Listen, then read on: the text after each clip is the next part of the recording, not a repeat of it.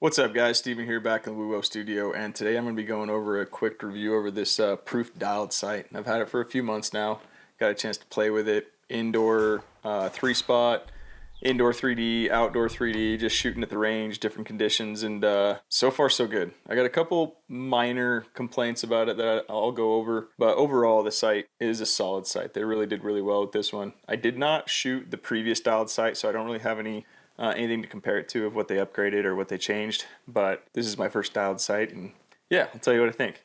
So start off, as you can see, I went with the Picatinny rail mount. They also come with the normal riser mount, and it also has that Matthews bridge lock option is available as well. The sight has first, second, and third axis. What I really like about the axis adjustments is the first and second are micro adjust, and that was pretty handy and made leveling the sight super simple. And then the third axis is not micro adjust, but I did notice that with the Cerakote finish that they have on it, it was really easy to adjust in small amounts. Some sights you grab and you try to start moving and you like slam it to one side and you kind of have to start over.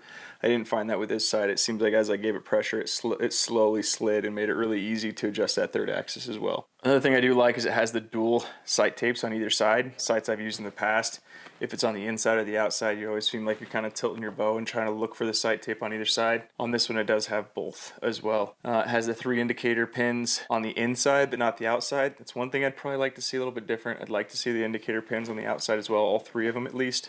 So when I do slide my pin, because I think I find myself using the outside one more than I find myself using the inside one. So if there's one small adjustment I'd like to see the 3 indicators on the outside as well. And then my other small complaint about this sight is the pins are kind of rounded off a little bit. When you're at the small, like the lower ranges, like 45, 47 yards, it can be hard to notice exactly where that pin is pointed because it's kind of rounded off instead of kind of a sharp point and a really fine point, kind of really dialing into exactly what you want to dial to. Like if I want to dial to 46.5, I'd really like to. Especially when you're shooting for those 12 rings and stuff like that, it makes a difference. But yeah, moving on.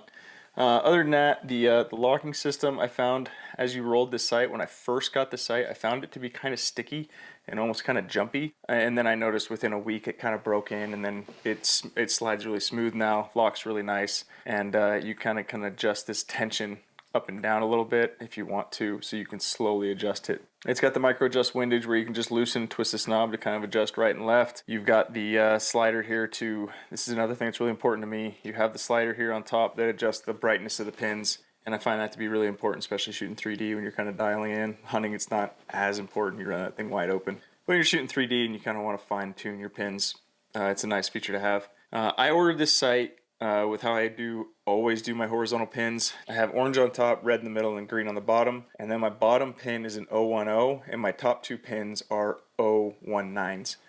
And the reason I do that is the bottom pin, again, kind of for 3D and also for hunting, it's the green pin. You always lose your green pin last. So I do the green pin as the smallest pin. I ended up losing it a little bit earlier because it is an 010 and it doesn't gather quite as much light. I want that small pin at my furthest distances, 40, and then as soon as you start moving it, that 40 pin is my slider. And I want that green pin to be as fine as it can be, so when I'm shooting those further distances, 80, 90 yards or whatever, I have a really fine mark to be using, not a giant 019 pin. Also, having these 3 indicators, when you do lose in low light, you lose that green pin, you can adjust to that orange pin on top or the red pin in the middle if you still have those pins because the green one's gone, and you can still use those other 2 pins as sliders. So it gives you options depending on what your lighting conditions are, exactly what you want. If you want a big pin, you want a little pin. That's why the 3 indicators are important to me. One thing I haven't quite got used to yet, because I've never shot a sight with it before, but the level is on top on this sight. I find myself kind of searching for it still. I'm getting used to it, and I think as I shoot with the sight, it'll become natural to just find that bubble on the top. But as of right now, I keep kind of searching for it a little bit. But again,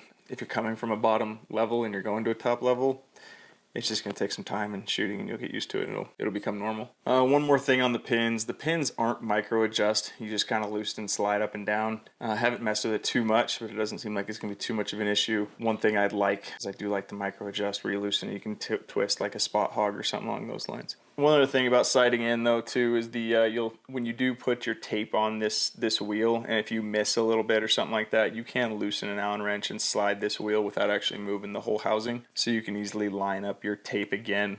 It's no big deal, but it's a nice feature to have, especially when it's on both sides. Yeah, other than that, guys, I think that's it. The sight hasn't moved on me. It's already got its dents and its dings, as I've already kind of put it through its process and kind of already beat it up a little bit, and so far so good. I haven't broke anything on it, hasn't moved on me. It's still a solid sight. Quick review, not a whole lot to complain about, not a whole lot of things I'd change. I think they knocked it out of the park on this site. Other than that, I never know how to end these things, so see you later. Like and subscribe. Thanks, guys.